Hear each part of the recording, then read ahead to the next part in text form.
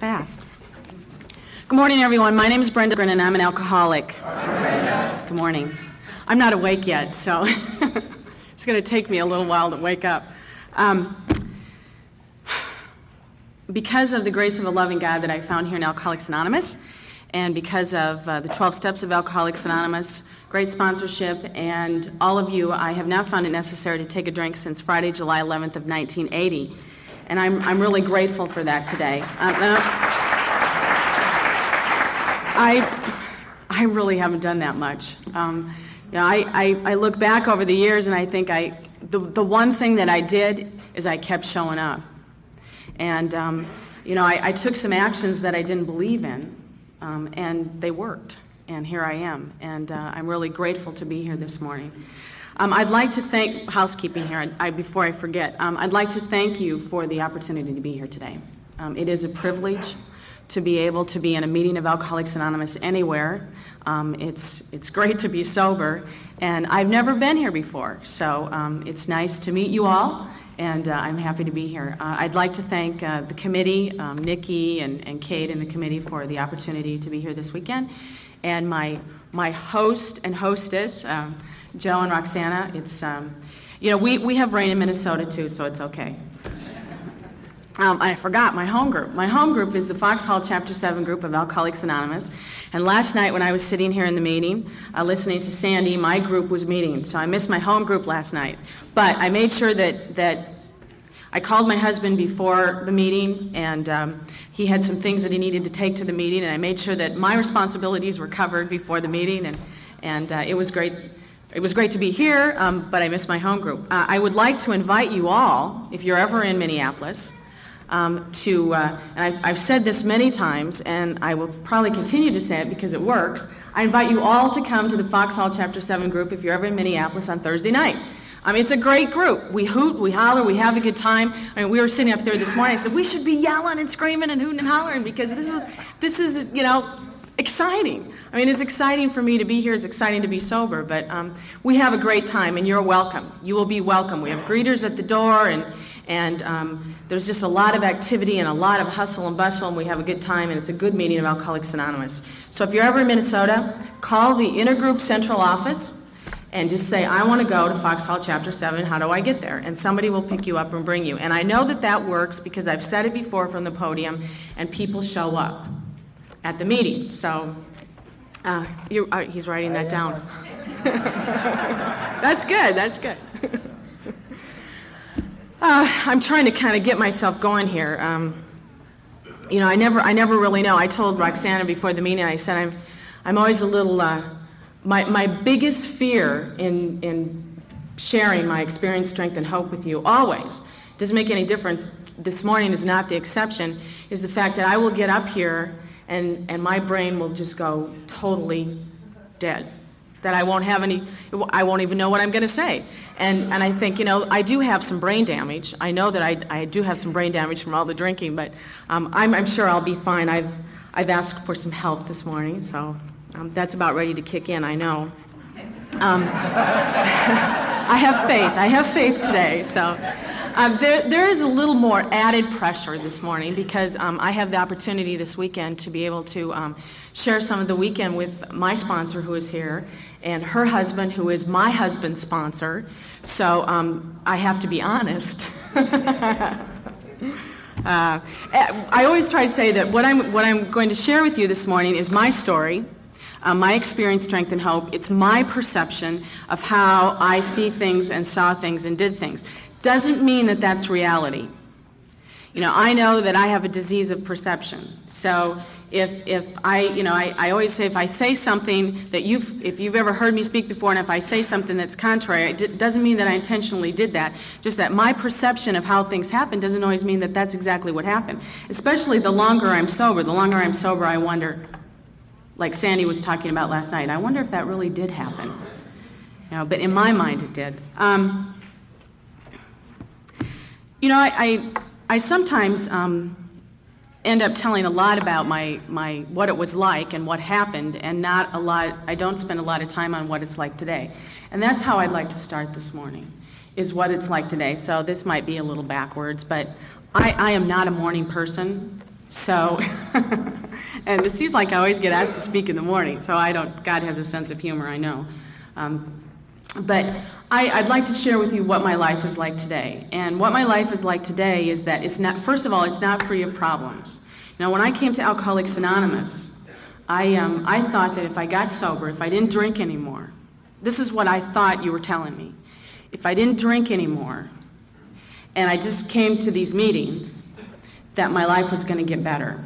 And it did, but life still went on. And I thought that it meant that I would never have any problems again, that I would just walk around happy all the time, and life would be good, and I wouldn't have to worry about anything, because that's always what I wanted. I always wanted to not have any responsibility, not have to worry about anything, not have to, I don't know, I just didn't want to be accountable for my actions.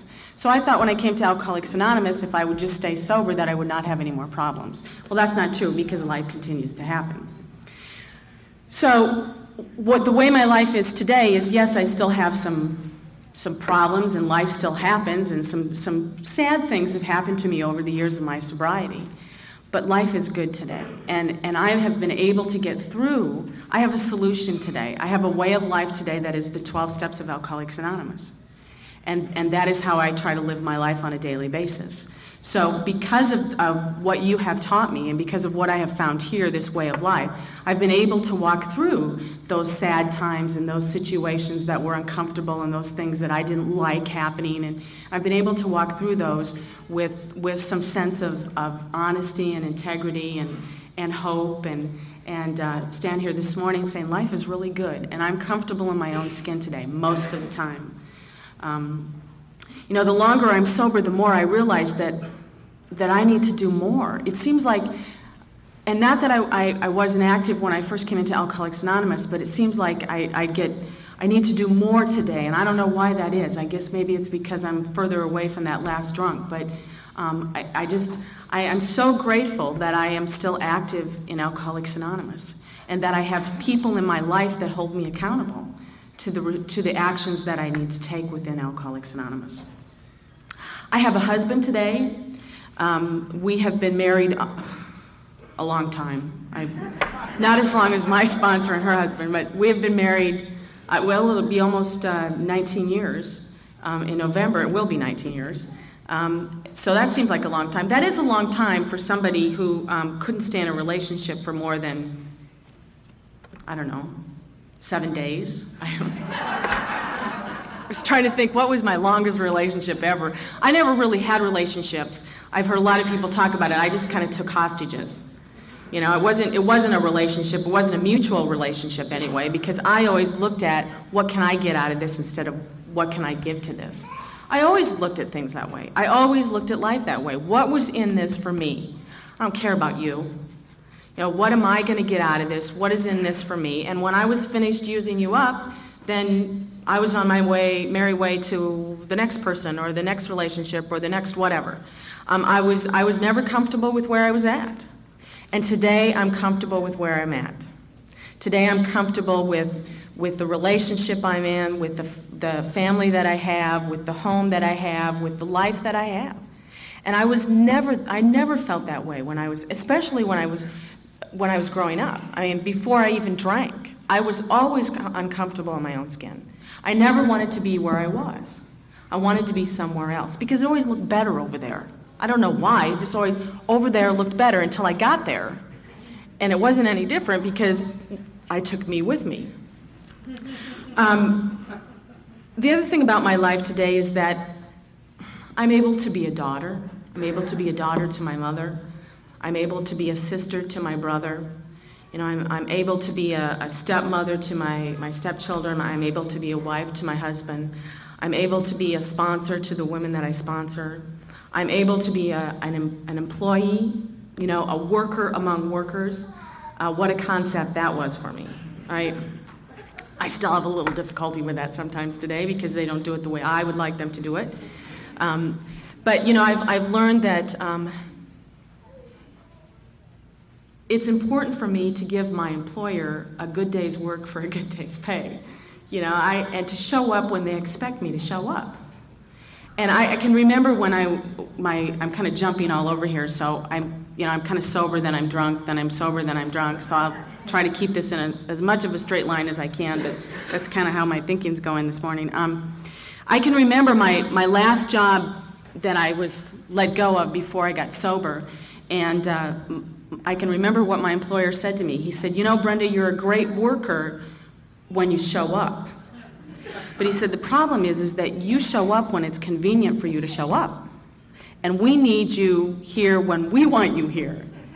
And I didn't see that. I mean, he pointed it out to me, but I thought, yeah, well, but what about this and what about that? I was still trying to rationalize and justify.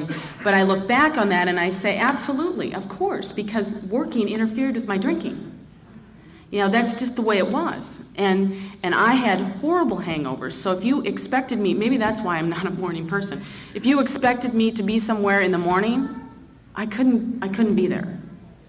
I mean, I would show up for work, but I was always late. I was never there. I was never really there. I never really gave them what I should have given them. So today I'm able to do that. Today I'm employable, and I'm able to be a worker among workers. I'm able to be a friend among friends.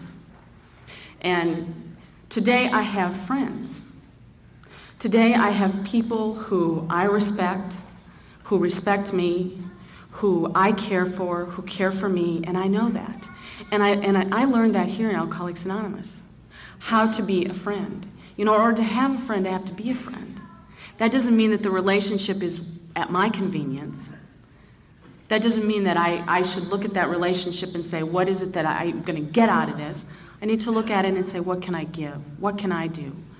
And I have friends today. And that's a nice feeling, to be able to say I have friends today. What else? I have a good relationship with my stepchildren. And that wasn't always the case. I'm going to share just in a kind of a general way some of the things that happened, but that was not always the case.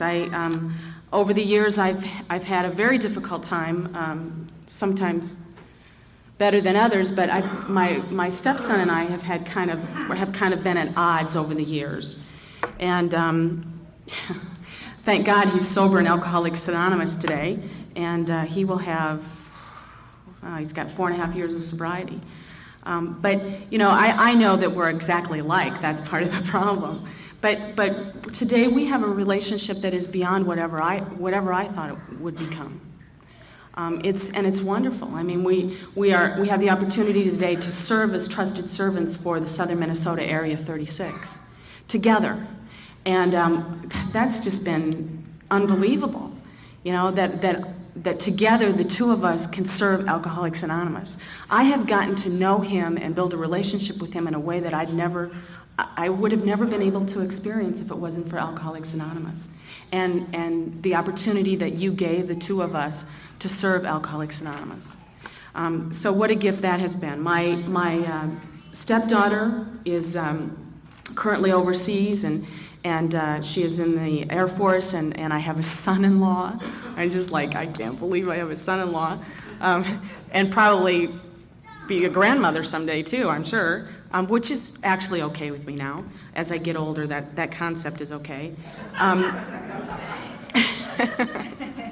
My husband is 10 years older than I am, so I say he's old enough to be a grandfather. I'm not old enough to be a grandmother, so let's just make that clear right away. But anyway, they're wonderful people, and we have a good relationship with them. We have good communication with them.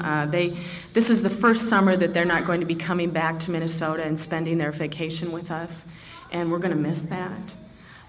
So life is good. I do what my sponsor calls doing the deal in Alcoholics Anonymous today. And it's really very simple. I have to keep things simple. I like to complicate things in here.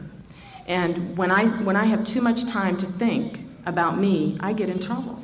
Because I'm still selfish, self-centered, and so today I do what is called doing the deal. And I go to at least 3 meetings of Alcoholics Anonymous a week. I think that's the least I can do, considering that I drank almost every day, and then when I wasn't drinking, I was thinking about drinking. So I go to at least 3 meetings of Alcoholics Anonymous a week. I carry the message. I sponsor other women. I'm active in service. I have a home group. I have a job in that home group. You know, I live the 12 steps of Alcoholics Anonymous to the best of my ability on a daily basis.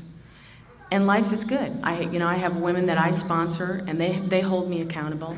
I call my sponsor every Monday night at 6 o'clock. That's my check-in time, you know, and sometimes I have stuff I need to talk about, and sometimes I don't. You know, I've started writing things down, and as I get older, I forget, you know, how things kind of, our mind loses things, I guess, and so I have to make a lot of lists. Okay, so now I'm going to go back and I'll tell you what it was like. I started drinking. I grew up in a small little town in northwest Iowa of about 500 people. And my parents owned a bar in that small little town. There was 500 people in this little town, and there were 3 bars. So it tells you something. I think there's a little bit of drinking going on there.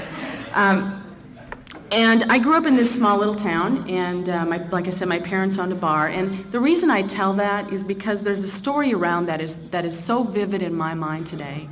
I can remember we moved there when I was like in 2nd grade. So I'm probably maybe 8, 9, 10 years old.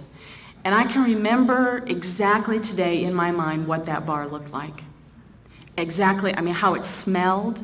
You know how you walk into a bar and you kind of smell that stale booze and that stale smoke, and I love that. I love going to that bar. My brother and I were only allowed to go into that bar on Sundays. And Sundays, you know, that was the day when you would clean the bar. And liquor wasn't served on Sundays, so we would go in there on Sundays, and I can remember I couldn't wait to go there. I couldn't wait to go in there on Sundays because there was something so magical about that. You know, I remember how it looked with the red booths on one side and the bar stools on the other side, and my dad would go over and flick a little switch on the jukebox, and I could go and play all the music I wanted, and I could be somewhere else. And that's always where I wanted to be. So I look back at that and I think, you know, my brother doesn't talk about his experience helping cleaning the bar as like I do today. And it's just so vivid in my mind. It was like there was something magical about being there. I actually had my first drunk when I was almost 14 years old. And the reason I remember that is the summer between my 13th and 14th birthday, my father suddenly died at the age of 34 years old of a condition called pancreatitis. Now, I'm not going to stand here this morning and tell you that you know, my father was an alcoholic, because that's not for me to say. I don't know. I do know that pancreatitis is a condition that's brought on by excessive drinking. I know that. And like Sandy was talking about last night, you know, I do know that if my father had lived and ever found Alcoholics Anonymous, if he so needed it, that he would have loved it here too. But anyway, he died at the age of 34, and I was the oldest of 3 children, and it suddenly changed my life. You know, my life suddenly changed as I knew it.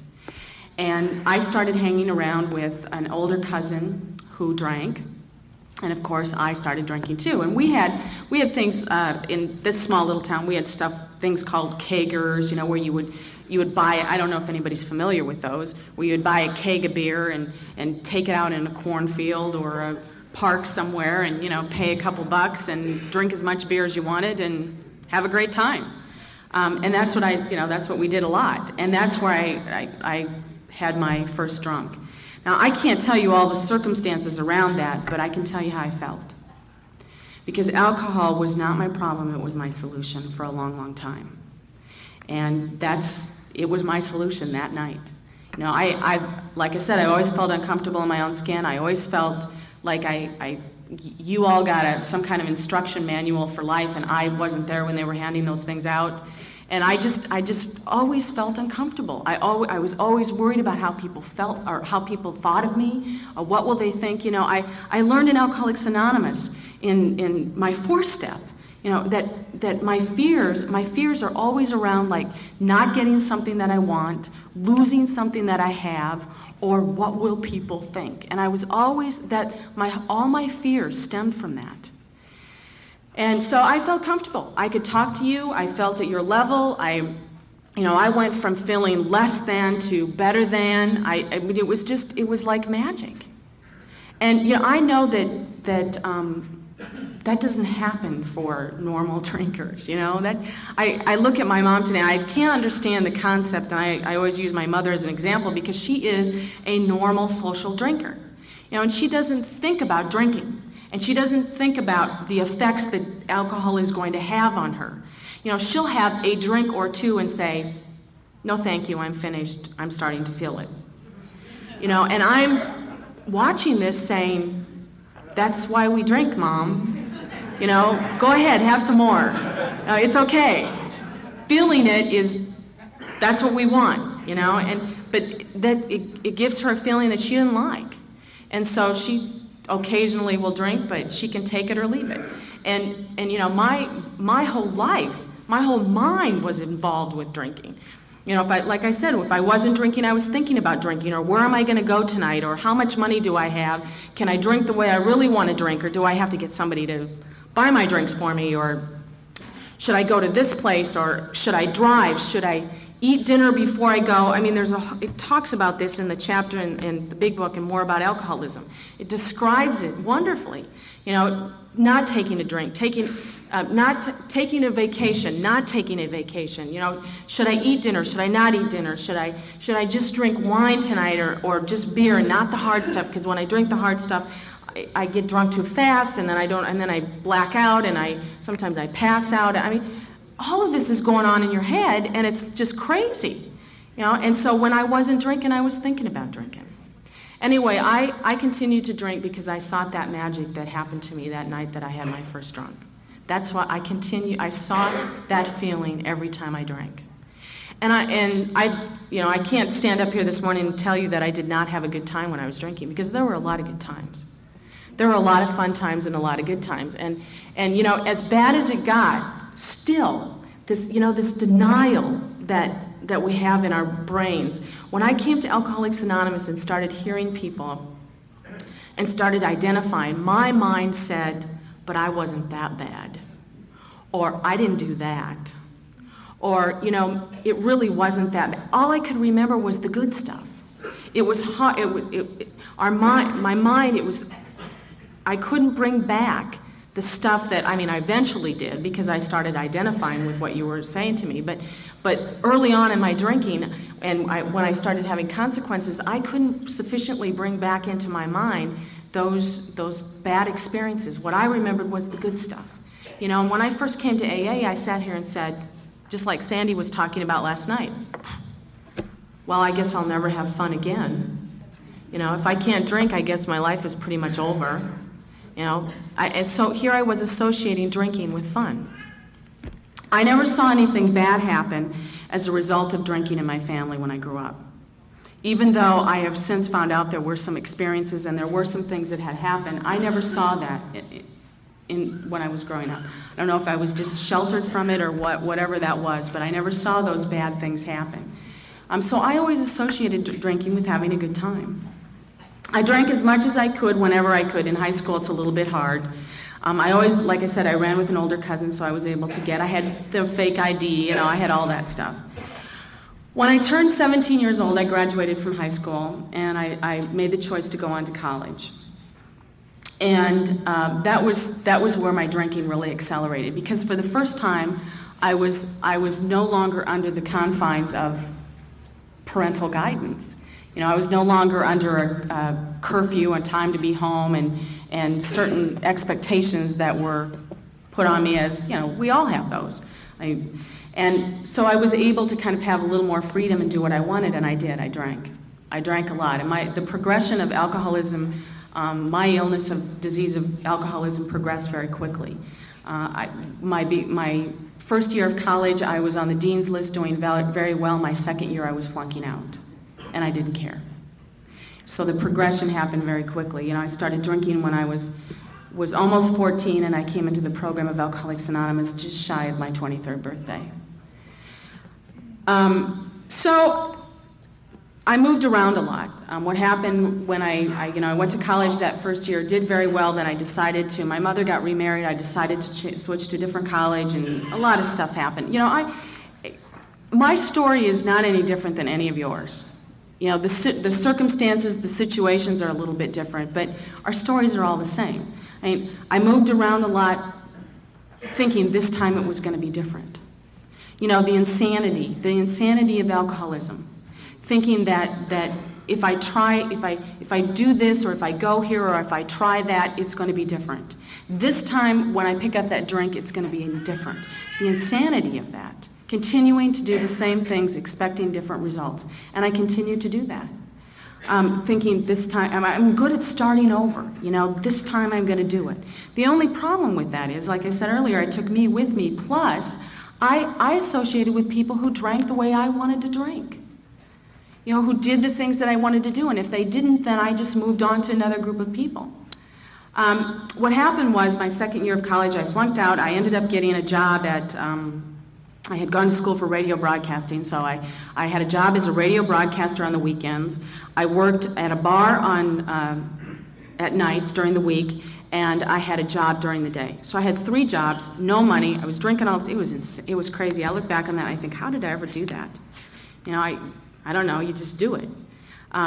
And so I would move around a lot. So I ended up in one town, and then I moved to another place. And by this time, I'm in my early 20s. I'm starting to live with relatives because I don't, you know, I have all these jobs. I have no money. I have no purpose in life. I'm roaring through the lives of people like a tornado, and I don't care. And I started living with relatives, and I lived with an aunt and uncle, and then they kind of got tired of me, or I could sense that. You know, we have a knack, or I had a knack of always getting out just before the stuff they were going to confront me about something. And so I moved on to the next relative. And I did that with jobs too. You know, I never gave them the opportunity to let me go. I say, I quit. You know, I knew it was coming, so I'll just get in there beforehand. I was living with an aunt and uncle in a place called Sioux City, Iowa. And this is where I hit my bottom. I was working for a local television station, and things were really spiraling out of control. I was 22 years old, and it was crazy. I ended up one morning, my boss called me into his office, and he said, Brenda, we're going to have to let you go. And I'm like, oh, okay. I'd heard that before. You know, it was like, okay. In my mind, I'm thinking, okay, well, I'll just get a different job. They don't understand. That's fine, I'll just leave. And he said, we're going to let you go. We're going to let you resign under one stipulation, that you go to talk to someone at the local treatment center. I thought, okay, I can do that. You know, anything to get the heat off. And I said, why don't you just, you know, give me the phone number, I'll call them later. He said, well, here's the number, why don't you just call right now? So I picked up the telephone, and conveniently the woman had some time right then and there to speak to me. Interesting how that works. And I went in and talked to her. She asked me a bunch of questions, and she suggested that I go into inpatient treatment. I said, I can't do that. I just lost another job, and she suggested outpatient treatment. Now, prior to this, I'd never heard of any of this. I'd never heard of Alcoholics Anonymous. I'd never heard of treatment. Treatment, what's that? Treatment for what? Alcoholism? I don't know what that is. I knew what a drunk was. A drunk was the guys that walked out the back door of my father's bar and couldn't drive home and had to stumble home through the alley. That's what a drunk was. Or the guy who, you know, couldn't talk because his speech was so, you know, because he was so drunk he couldn't talk. And I knew what a drunk was, but I had never heard of AA or alcoholic or anything like that. And I got out of there. I told her I'd think about the outpatient treatment, I'd give her a call back. And she let me go. Now, of course, I'm not going to call her back. But I left there, and I went back to my aunt and uncle's, and I sat down, and I thought, okay, I'll just start over. I know how to do that. I've done that before. And I opened up the paper, and I saw an ad for a gentleman who was gaining custody of his 2 children. He was divorced, he was gaining custody of his 2 children, and he needed someone to move into his home to take care of his home and to take care of the children. And it was like that ad popped off the page at me. It's like, that's it. You know, I've been running with all these radio, television people. They drink a lot, they're crazy, you know. Not that I was ever doing any of that. And they're a bad influence on me. What I need to do is get back to this family structure. And so I called this gentleman and applied for the job and went over and had an interview, and he hired me. Now, I want you to do, I like to tell this because it's important for me to, in my mind, to remember what I was like then. Because that was the early spring of 1980. Okay, now I'm at my bottom here. And I walked in for that interview. Now I'm interviewing for the position of taking care of his 2 children who are 6 and 8 years old, who are moving into his home, taking care of his home, being like the nanny, the housekeeper, whatever. And what I wore for that interview, I had very short blonde, white blonde hair.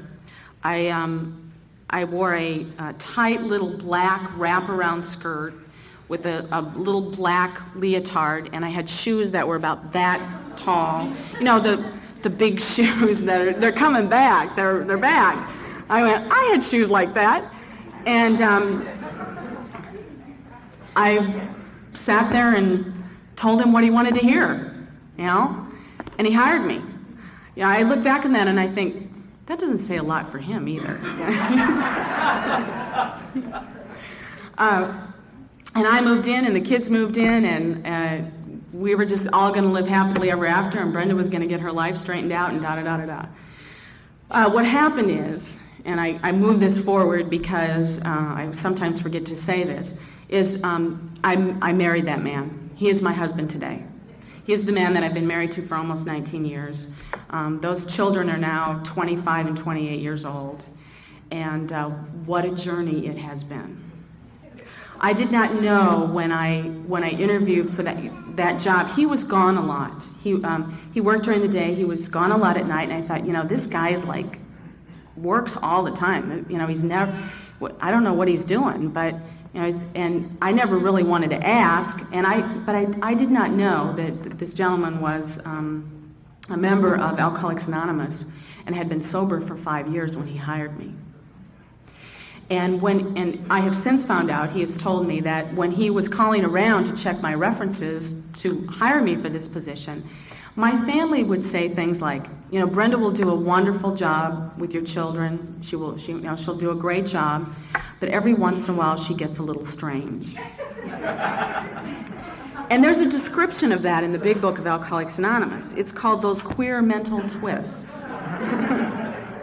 Every once in a while, I'd have these queer mental twists, whether I was drinking or not drinking. Generally, when I was not drinking, because when I wasn't drinking, that's when I was restless, irritable, and discontent. That's why alcohol was my solution.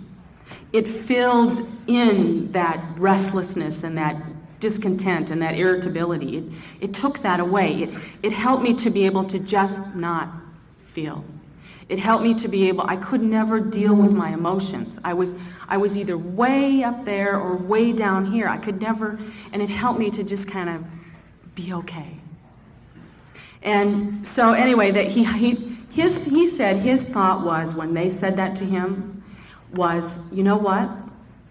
If she's got a drinking problem, I know where she can get help. In Alcoholics Anonymous, because he'd been an active member of AA and been sober for 5 years. He said, so I'm going to take a chance. He wasn't quite sure that I was for real, because he did have some family jewelry and some old coins and stuff in the house, and he took all those valuables and locked them up in a safety deposit box. Because he said he thought maybe I was kind of with a ring or something, and I might take all those things. And I give him a bad time today now. I say, well, I got them all anyway, didn't I?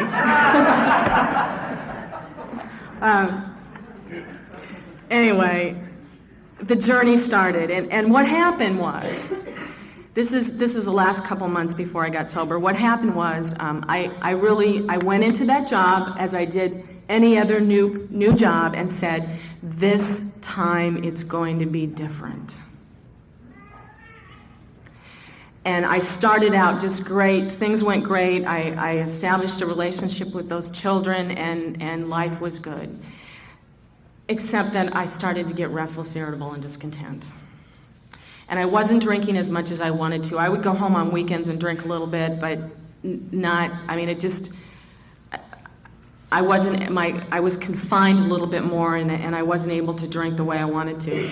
And what happened in the beginning of July of 1980 is I woke up one morning, and I don't know if the kids were there, but my thinking was, as I looked around and I started thinking, naturally I'm not drinking, I'm thinking, and I said, I'm going to go out tonight.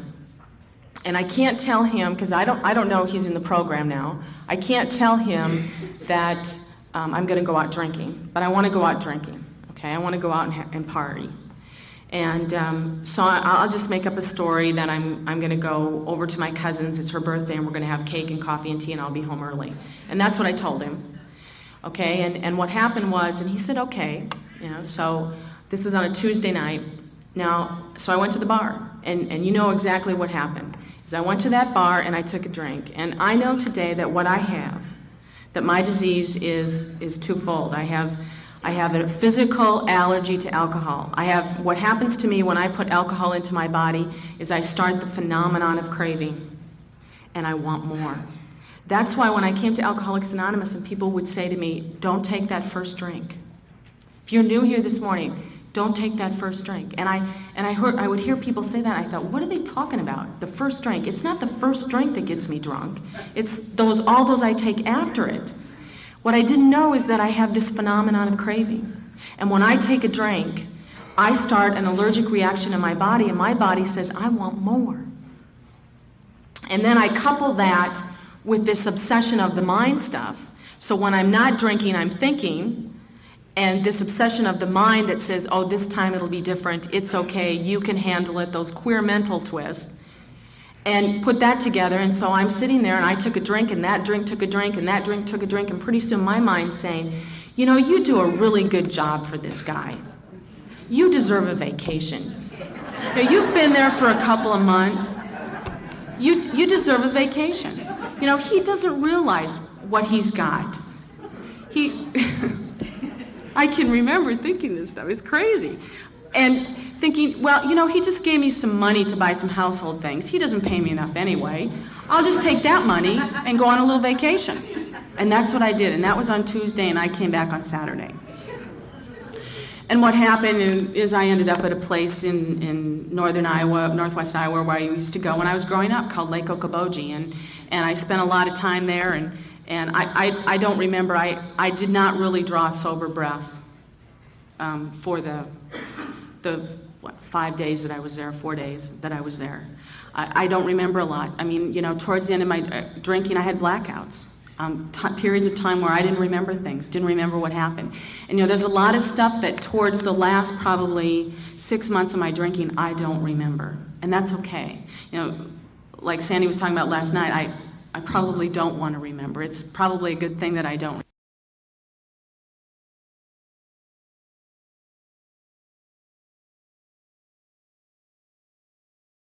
But I do remember just bits and pieces of that last spree.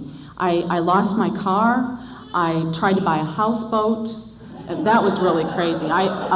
This huge houseboat, and it had a for sale sign on it, and 5 guys got out of this boat, and it was like, and they were partying, and so I just pretended like I wanted to buy the boat, and I partied with them.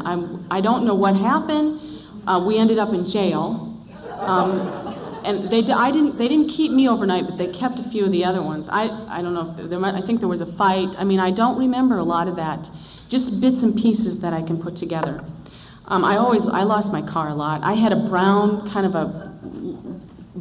car.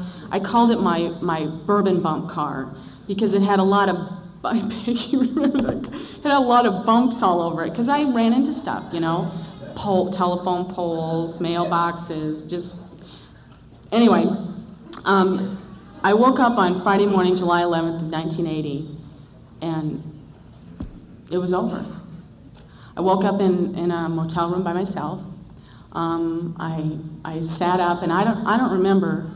I don't remember if I consciously. I don't remember if I said, "God help me." I don't know. I just remember how I felt that morning, and I had nothing inside. I was empty inside. I had no sense of purpose in my life. I had nowhere to go. I knew I probably had lost another job. I didn't know where my car was. I didn't know where my keys were. I was done.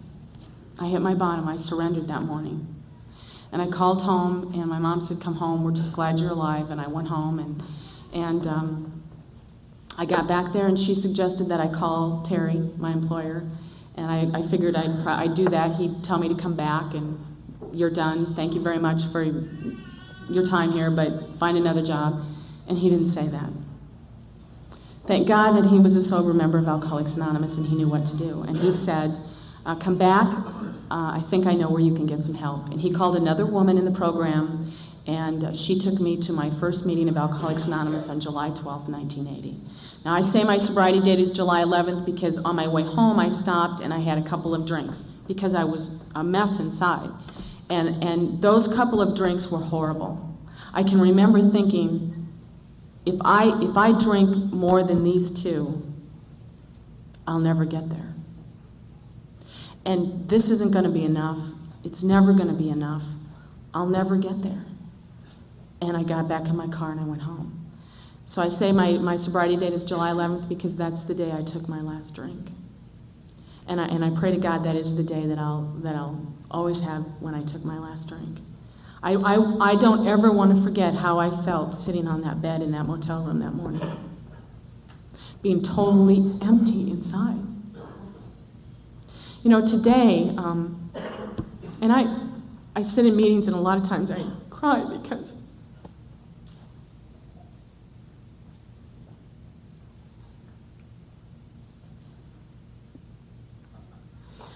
because I am being touched in a way today that I have never been touched before.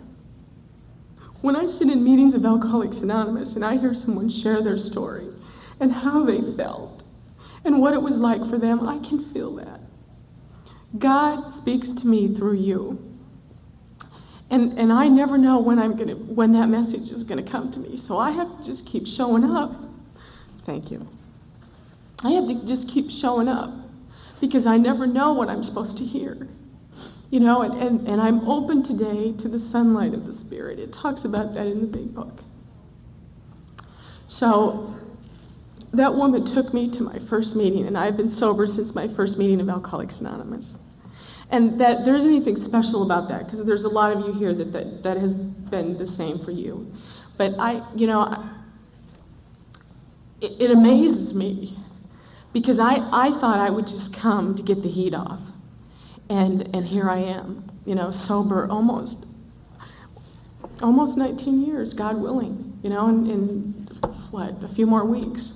I always get really reflective around my anniversary and look back on what it was like.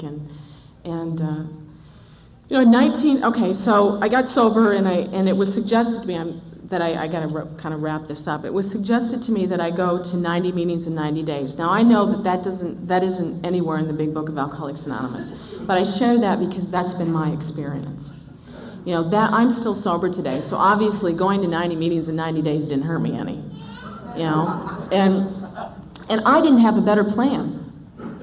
I didn't know what else to do. I didn't have a better plan. So I would just go to meetings, and that woman who took me to my first meeting of Alcoholics Anonymous she went with me. We either met at the meeting, I either met her at her house, or she picked me up at my house, and we went to meetings of Alcoholics Anonymous. It was amazing to me. I thought, these people don't even know me. Why are they so friendly? Why are they doing this? I mean, I know why they're doing it today. I know why I do it today, because I have to give away what I have found. I have to carry this message, the message of recovery through the 12 steps of Alcoholics Anonymous, in order for me to be able to keep it. And the joy in doing that, the joy in what it talks about in chapter 7, which in the big book of Alcoholics Anonymous, which we read every Thursday night at my home group. To see a fellowship grow up about you, to have a host of friends, to be able to help others and to watch the magic happen for them, the miracle of Alcoholics Anonymous, to see their eyes see the world in a different way. I mean, it's an experience. It's an experience you must not miss. And I'm so very fortunate that I haven't missed it so far. Terry and I were married in November of 1980. Now, I just told you that I got sober in July of 1980. I don't recommend that to women that I sponsor. Obviously, if they choose to do that, I'll try to walk through that with them. It's not something that I recommend, but thank God that he was sober for 5 years. And I had no idea what I was doing. I just did it. And we were married in November of 1980, and I know today, without a doubt, that the reason that we are still together is because of Alcoholics Anonymous. He has his program, I have mine, and believe me, I really tried hard to get him to make my decisions for me. I would come around it sideways. I'd say, so what do you think about that? What would you do in that situation? And he would always look at me and he'd say, I think that's something that you might want to talk to your sponsor about. Thank God for sponsorship. Because, and I understand today why sometimes I still try it. I understand today why I wanted him to make those decisions. It was because, so if he would make those decisions and it wouldn't work out, then it would be his fault. Then I wouldn't have any responsibility in that action. And what you have taught me here through those 12 steps, especially 8 and 9, is that I can't do that stuff anymore. I am responsible for my actions today, for what I do. And yeah, I'm going to make mistakes, but thank God that I have the ability today to be able to make amends for those mistakes if I need to. I have the ability today to be able to, like it says in the 10th step, that if this is a lifetime process, this is something that I will do for my life, for the rest of my life. That I need to continue to watch for selfishness, dishonesty, resentment, and fear. When these things crop up, I talk to somebody about them. My sponsor, I talk to her about them. And if I need to make amends, I make amends right away. And then it says, I resolutely turn my thoughts to helping others. That's it. I don't have to waddle in it. I don't have to stay in it for 10 weeks, or I don't have to walk around saying, woe is me, and I just need to take care of it. That's what the 10th step is. The 10th step is all the other steps rolled into one for me on a daily basis. And if I'm doing that, and I'm maintaining my conscious contact with the God of my understanding, which is step 11, and step 12, I'm carrying the message to others, I'm going to stay sober. And I'm going to stay here, and I'm going to stay in the middle of Alcoholics Anonymous, and that's where I want to be. In 1985, Terry and I moved to Minneapolis. I thought I would not stay sober. It was just, they did it different. I was 5 years sober, and I would go to meetings, and I would sit in those meetings, and I would say, how do they stay sober? I don't understand it. Everything was different. They don't even start the meeting the same, and they're talking about stuff I don't even understand. And I would have people come up to me and say, "How did you?" That area is, and I'm not saying anything against treatment, but that area we have a lot of treatment centers in Minnesota. We say that we have the land of 10,000 lakes. We also have the land of 10,000 treatment centers. And of course, that influence has come into the meetings of Alcoholics Anonymous. And I would share my story, and people would come up to me and they'd say, "How did you stay sober without going to treatment?" And yes, treatment serves a purpose, but how did I stay sober by not going to treatment? I stayed sober through the 12 steps of Alcoholics Anonymous and the actions that you asked me to take. Go to meetings, get a sponsor, work with that sponsor. My responsibility as a sponsor today is to take the women I sponsor through this book and through those 12 steps. That's my responsibility as their sponsor. And go to meetings and be in the middle of Alcoholics Anonymous, be active in Alcoholics Anonymous. And that's always been my experience, and I'm still here. So anyway, I finally, a woman came up to me one night after the meeting, and she kind of put her finger in my chest, and she said, Brenda, you would feel a lot more comfortable here if you would start looking for all of the similarities instead of all the differences. And she was right. I won't tell you what I thought about that woman when she said that. But she was right. She was absolutely right. And that was kind of the opening for me. I mean, Terry and I had a contact the minute we moved to Minneapolis. You know, Dick and Peg gave us the name of Chuck R., and we called him, and we were like, you know, immediately started going to meetings, and you know, I know that a lot of, I've met some people here who are originally from Minnesota, and we move around a lot as alcoholics, and even in sobriety, and I encourage you, if you ever do that, is get involved right away. You know, get active right away. I mean, I sponsor a woman today who moved from Chicago a couple of years ago and did not get active right away in Alcoholics Anonymous, and it was very uncomfortable for her. I mean, today she is active, but you know, get involved right away. That's what made the difference for us, is our going to meetings and getting involved right away, and what a journey it has been. Now I can't imagine living anywhere else. Now I go to other places and say, they don't do it right here, you know? We do it right in Minnesota. I'd like to close with something that is your theme for this weekend. And it's on page 164, which the first 164 pages of the Big Book of Alcoholics Anonymous is our recovery program, and it's so very nicely laid out here. This book, I mean, it tells me exactly what to do. And it tells me what the results will be if I take those actions, and it tells me what the results will be if I don't. It's the instruction manual, and it's all right here. And at the end of the first 164 pages is where you find your theme for this weekend. It says, "This is the great fact for us." Let me start, that's the end of the paragraph. Let me start at the beginning of that paragraph. It says, "Our book is meant to be suggestive only. We realize we know only a little. God will constantly disclose more to you and to us. Ask Him in your morning meditation what you can do each day for the man who is still sick. The answers will come if your own house is in order. But obviously you cannot transmit something you haven't got.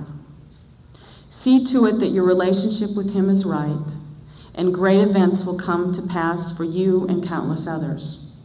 This is the great fact for us. Abandon yourself to God as you understand God. Admit your faults to Him and to your fellows. Clear away the wreckage of your past. Give freely of what you find and join us.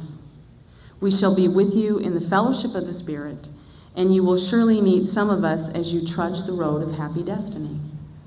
May God bless you and keep you until then." Now, I have to put a claimer in here. When it says, "and you will surely meet some of us as you trudge the road of happy destiny," this book was written many years ago. And words in this book have different meanings today than they did when this book was written. And that word trudge, if you look it up in the dictionary, it means walking deliberately with a purpose. So I don't look at that as trudging, like I'll never make it. I look at that as walking deliberately with the sense of purpose towards the road of happy destiny. I would like to take this opportunity to invite all of you to the International Convention in the year 2000 in the Twin Cities in Minneapolis, Minnesota. We will be celebrating 65 years of Alcoholics Anonymous. And I didn't want to forget to do that. We will be ready for you. I promise. I hope.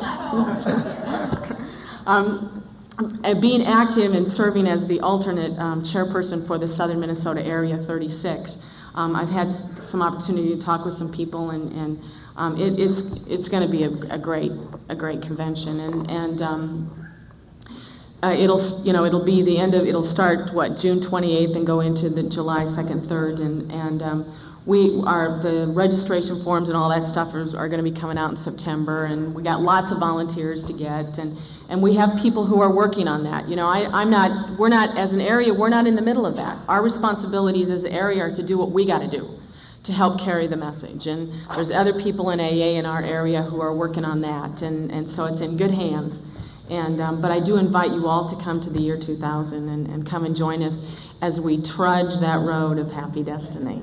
Thank you very much for allowing me to be here.